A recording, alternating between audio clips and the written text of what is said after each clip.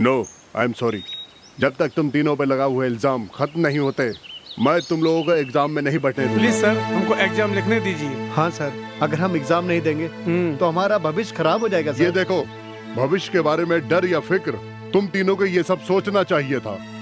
अब गलती के बाद पछतावे से कुछ नहीं होगा। सर, हमारा अटेंडेंस हमेशा सही था, हम लोग उसको चेंज करने के लिए कोई कोशिश नहीं की सर। हाँ सर, इन लोगों ने अटेंडेंस ठीक करने के लिए मुझे पैसे दिए, किसी ने आपको गलत खबर दी है।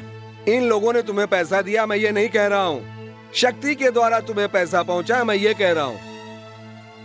शक्ति अच्छा लड़का है, उस पर हमें गर्व है। अभी उसको आने दो, अभी दूध का दूध और पानी का पानी हो जाए। अरे आप क्या बोल रहे हैं सर? अरे इन तीनों की शक्ति के आगे कोई भी शक्ति आ जाए, ये उसे दबा देंगे। हमारे राज्य की पुलिस पूरे देश में इनकाउंटर के लिए बहुत ही फेमस हो चुकी है। मैंने उनको खबर कर दिया है, अब वो आते ही होंगे। व्हाट मिस्टर मोहन, ये कॉलेज है, कॉलेज कैंपस में पुलिस आएगी? ये सब गलत है। यू आर राइट सर, अगर कॉलेज की तरह रहे तो ठीक है। अगर यहाँ गैंगस्टर की टोलियाँ बनेगी तो हमें ऐसा कदम उठाना ही पड़ेगा सर। मुझे इन तीनों के लिए कोई फिक्र नहीं है सर, क्योंकि इनके माँ बाप जो हैं पुलिस वालों को भी अपने जेब में डाल सकते हैं, इतने बड़े आदमी हैं वो। लेकिन इस पागल मनी को सोच करके मुझे तरस आता है। देखो कैसा देख रहा है। इस बेचारे की केवल इकलौती पत्नी है, 3 बच्चे हैं। इन तीनों बच्चों का अन्नदाता यही है, अपनी बीबी का भी अन्नदाता यही है। क्यों भाई, तुम्हारी बीबी का भी कोई और है? मेरा मतलब भाई बहन चाचा चाची कोई नहीं है। सुन लिए सर, ये तो बेचारा अंदर जाएगा, उसके बाद इसका बीबी और इसका बच्चा थोड़ा थोड़ा जहर पिएंगे और उसके बाद सब खुदा को प्यारे हो जाएंगे। नहीं नहीं सर, मैं सच बता देता हूँ सर। हाँ, यही मेरा प्लान था सर। बको बको, इन तीनों ने तुम्हें पैसे दिए हैं, ये सच है ना? हाँ सर। तुमने इनका अटेंडेंस सही किया, ये सच है ना? ये सच है। हाँ, ये मुझे मालूम था। ये जो सारा चक्कर है ये एकदम सही है। तुम बताओ कि इन तीनों ने तुम्हें पैसे दिए हैं कि नहीं? हाँ सर, सब सच है सर। मेहरबानी करके मुझे पुलिस के हवाले मत करिए सर। अगर ऐसा हो गया, इन्होंने जैसा बताया, मेरी बीबी बाल बच्चों के साथ जहर खा के मर जाएगी। मेहरबानी करके पुलिस में मत दीजिए सर, पुलिस के हवाले मत करिए सर। अरे ठीक है, अब पुलिस नहीं आएगी। तुमने सच सच बता दिया ना। अरे रोना है तो जा करके वहाँ थोड़ी देर बैठ कर रो लो, जाओ। क्यों सर? अब इन लोगों का तो भांडा फूट गया है, अब ये क्या पढ़ेंगे और आगे क्या करेंगे? इनको घर भेज दीजिए। तुम लोग भविष्य और करियर की बातें कर रहे हो। अगर तुम्हें अपनी भविष्य की फिक्र है तो अच्छे ढंग से पेश आओ और अगला एग्जाम ठीक से दो। क्यों सर, क्यों ये लोग एग्जाम नहीं लिख सकते?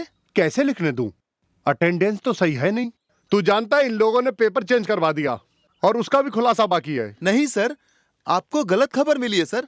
अटेंडेंट मनी को मैंने पैसे दिए हैं, लेकिन इसके हॉस्पिटल के खर्च के लिए। अच्छा ऐसा है? हाँ सर, आप चाहे तो मनी से पूछ लीजिए, पूरी सच्चाई मालूम हो जाएगी। कैसी सच्चाई? ये तीनों करेक्ट स्टूडेंट है सर। अच्छा,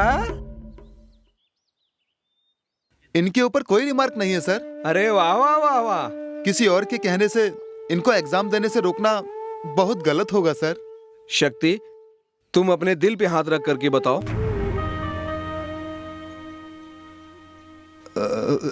हाँ सर। क्या बात है, तुम इतना हड़बड़ा क्यों रहे हो?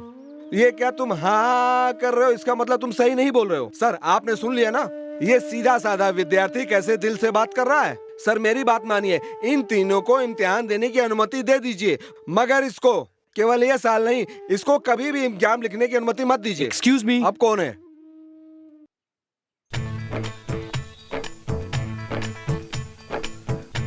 नमस्ते सर।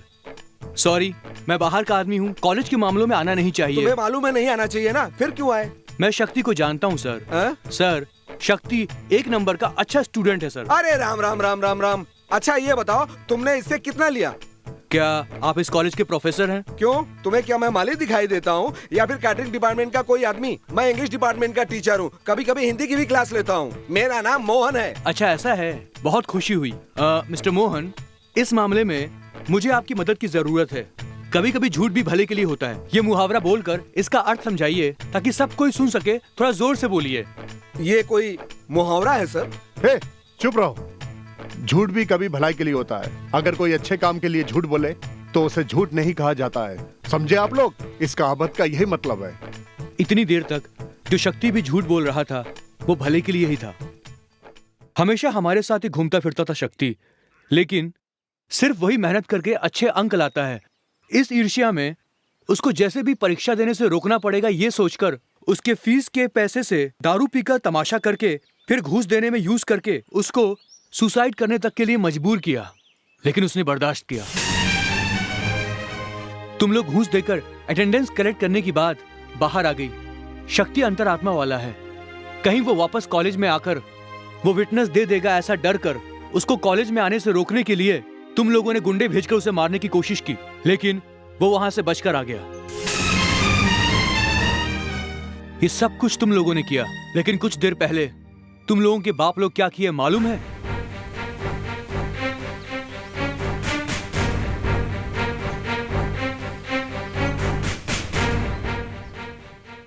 रास्ते में इडली बेचकर उस पैसे से अपने बेटे को पढ़ाने की इच्छा रखते हुए, एक विधवा मां का बेटा है शक्ति, उस औरत ने कितनी जिम्मेदारी से अपने बेटे की परवरिश की होगी। तुम्हारे बाप ने जो पैसा दिया वो उसने ठुकरा दिया। तुम लोगों की सारी गलतियों को उसने माफ कर दिया, और अभी भी तुम लोगों को बचाने के लिए वो मुजरिम के कटघरे में खड़ा है।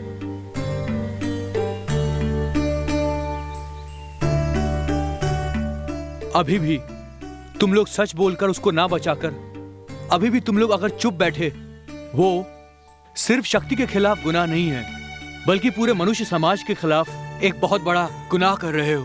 मेहरबानी करके सिर्फ ये गलती मत करो। सर, हम लोगों को माफ कर दीजिए सर। सर, जो भी कुछ बोल रहे हैं सही बोल रहे हैं सर। सर, शक्ति बहुत अच्छा लड़का है। हमारे पास हमेशा पैसा होने के कारण हमने सारी सीमाएं पार कर दी सर। बहुत बहुत शुक्रिया मिस्टर मोहन। अच्छे अंक लाने वाला विद्यार्थी ही एक आदर्श छात्र है ऐसा हम सभी सोचते हैं, लेकिन इसके अलावा अच्छी आदत और बर्ताव से माँ बाप की इज्जत भी बरकरार रखना एक विद्यार्थी का फर्ज है। अच्छे बर्ताव से पढ़ने वाले कॉलेज के लिए और पढ़ाने वाले अध्यापकों के लिए एक आदर्श नागरिक बनना एक छात्र का फर्ज है। सिर्फ अपने को आगे ना बढ़ाकर दूसरों की भी मदद करना और भविष्य में आने वाली छात्र समाज के लिए एक मिसाल बनकर रहना भी एक छात्र का फर्ज है। ऐसे ही आदर्श विद्यार्थी हमारे देश की रीढ़ की हड्डी हैं। अगर ये आदर्श विद्यार्थी सोचेंगे तो पूरी दुनिया में हमारा देश दुनिया में सबसे आगे रहेगा, गर्व से हम चलेंगे। वैसे ही एक आदर्श विद्यार्थी है हमारा शक्ति। प्रिंसिपल सर, अगर आप शक्ति को सम्मानित करना चाहते हैं तो जैसे उसकी इच्छा है, इन विद्यार्थियों को माफ करके इनको भी परीक्षा में बैठने की अनुमति दीजिए। यही मेरी आपसे हाथ जोड़कर विनती है। सर, शक्ति के बारे में जो कुछ भी इतनी देर से आप बोल रहे थे, शक्ति ही हमारी कॉलेज का अच्छा छात्र है। हमें उस पर गर्व है सर। शक्ति की इच्छा के अनुसार मैं ये सबसे कहता हूँ कि सभी छात्र एग्जाम दे सकते हैं। सर, अब हमें माफ कर दीजिए। हम कभी भी गलती नहीं करेंगे सर। सर, हमें माफ कर दीजिए सर। उठो उठो उठो।